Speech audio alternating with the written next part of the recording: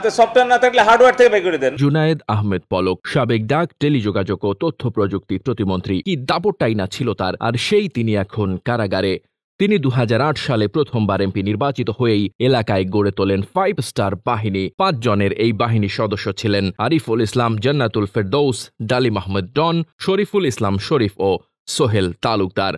পলকের সহযোগী হিসেবে গত 15 বছরে বিপুল টাকা পয়সা কামিয়ে এরা রাজকীয় জীবনযাপন করেছেন। এই বাহিনীর সবচেয়ে চতুর ও ধূর্ত সদস্য উপজেলা আওয়ামী লীগের যুগ্ম সাধারণ সম্পাদক ও ইটালি ইউনিয়ন পরিষদের চেয়ারম্যান আরিফুল ইসলাম আরিফ। তিনি ছিলেন পলকের প্রধান পরামর্শদাতা। তার গ্রামের বাড়ি সাতপুকুরিয়া হলেও পলক প্রতিমন্ত্রী হওয়ার পর থেকে সিংড়া পৌর শহরের চাঁদপুর মহল্লায় একটি 4 তলা বাড়ি করে তিনি বসবাস করেন। বাড়িটির বাইরে থেকে তেমন কিছু বোঝা না গেলেও এটি সিংড়া উপজেলার অন্যতম রাজকীয় প্রাসাদ বলে জনশ্রুতি রয়েছে। বাড়ির ভেতরের প্রতিটি কারুকাজ দেখে মনে হয় যেন স্বর্ণখচিত। নিজের বাড়ির পাশেই গড়ে তুলেছেন তার আপন ছোট ভাই উপজেলা যুবলীগের সাধারণ সম্পাদক আনিসুর রহমান ওরফে লিখনের আরেকটি রাজপ্রাসাদ। অভিযোগ রয়েছে সহোদর এই 2 ভাইয়ের দ্বারা এই এলাকার সাধারণ মানুষ সবচেয়ে বেশি নির্যাতনের শিকার হয়েছেন। বর্তমানে এই এলাকায় প্রায় 150 বিঘা জমির মালিকানা সহ শত কোটি টাকার মালিক বনে গেছেন আরিফুল ইসলাম আরিফ। অথচ কর্মজীবন শুরু করেছিলেন একটি প্রাইভেট কোম্পানির মার্কেটিং এর চাকরির মাধ্যমে। তার বাবা আলাউদ্দিন পেশা একজন আইনজীবী হলেও তাদের পরিবারে তেমন সচ্ছলতা ছিল না। পৈতৃক সূত্রে 5 থেকে 7 বিঘা কৃষি জমির মালিক ছিলেন। সিংড়া পৌর শহরের চাঁদপুর মহল্লার একটি টিনশেড ভাড়া বাড়িতে অতি কষ্টে ছিল তাদের জীবনযাপন। পলকের কথিত 5 স্টার বাহিনীতে যোগদানের পর থেকে তাকে আর পেছনে ফিরে তাকাতে হয়নি। তার বিতর্কিত কর্মকাণ্ডের জন্য 2015 সালে আওয়ামী লীগের আমলেও উপজেলা ভাইস চেয়ারম্যান পদে নির্বাচনে প্রতিদ্বন্দ্বিতা করে বিএনপি প্রার্থীর কাছে পরাজিত হন আরিফ। পরে ইটালি ইউনিয়ন পরিষদের উপনির্বাচনে চেয়ারম্যান হন তিনি। এরপর আরও 2 বার ভয় ভীতি ও পেশি শক্তি খাটিয়ে অন্যদের বসিয়ে দিয়ে বিনা প্রতিদ্বন্দ্বিতায় চেয়ারম্যান নির্বাচিত হন। এলাকায় সরকারি জলাশয় ও পুকুর দখল, টেন্ডারবাজি, কৃষি জমির মাটি বাণিজ্য, বিচার সালিশ, স্কুল কলেজে নিয়োগ এবং বদলি বাণিজ্য করে কমপক্ষে 100 কোটি টাকা কামিয়েছেন। আপন মামা হাসান হাবিব ও মামাতো ভাই যুবলীগ নেতা আবুল বাশার ওরফে আশিক এবং আপন খালু কাজল খার মাধ্যমে এলাকায় সরকারি ঘর ও খালবিল বিক্রি, সালিশ বিচারের নামে অর্থ আদায় ও বিরোধী মতের মানুষের ওপর দমন নির্যাতন চালিয়েছেন। এলাকার অসংখ্য মানুষ এই অভিযোগ করেছেন।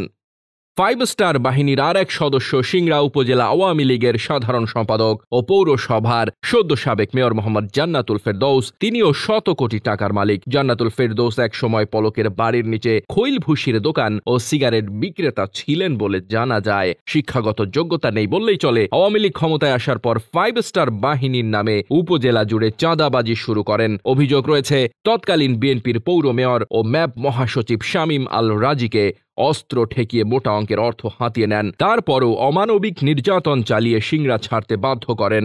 2015 সালের 30 নভেম্বর অনুষ্ঠিত সিংড়া পৌরসভা নির্বাচনে ভয়ভীতি, হুমকি ও ক্ষমতার দাপট দেখিয়ে বিএনপির প্রার্থীর এজেন্টদের বের করে দিয়ে পৌর মেয়র নির্বাচিত হন ফেরদৌস।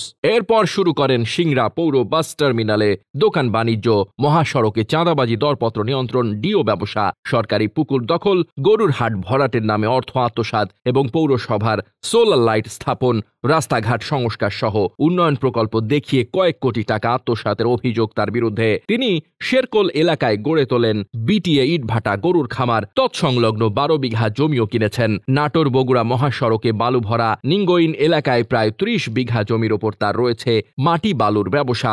সিংড়া আইকুড়ি মৌজায় তার দোতলা বিল্ডিং ও গোডাউন, সিংড়া বাজারে 3 তলা বিল্ডিং, নাটোর বগুড়া মহাসড়ক সংলগ্ন বিচিত্রা সিনেমা হলের কোটি টাকার সম্পদ। পৌর শহরের গার্লস স্কুল ও থানা মোড় এলাকায় কৈলাস নন্দীর কাছ থেকে নেওয়া প্রায় 5 কোটি টাকা মূল্যের সম্পদ। উপজেলা কৃষি কার্যালয় সংলগ্ন কোটি টাকা মূল্যের সম্পদ। ডাহিয়া ইউনিয়নের কৈডাল, বিলপাকুরিয়া ও মিমলসি মৌজায় প্রায় 100 বিঘা কৃষি জমি। ঢাকায় ফ্ল্যাট, বাড়ি, গাড়ি।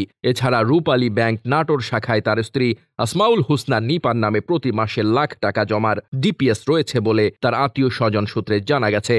সিংড়া পৌর আওয়ামী লীগের সাধারণ সম্পাদক সাজ্জাদ হোসেনের আবাসন প্রকল্প ব্যবসায় মেয়র জান্নাতুল ফেরদৌস পার্টনার হিসেবে রয়েছেন বলেও একাধিক সূত্র নিশ্চিত করেছে।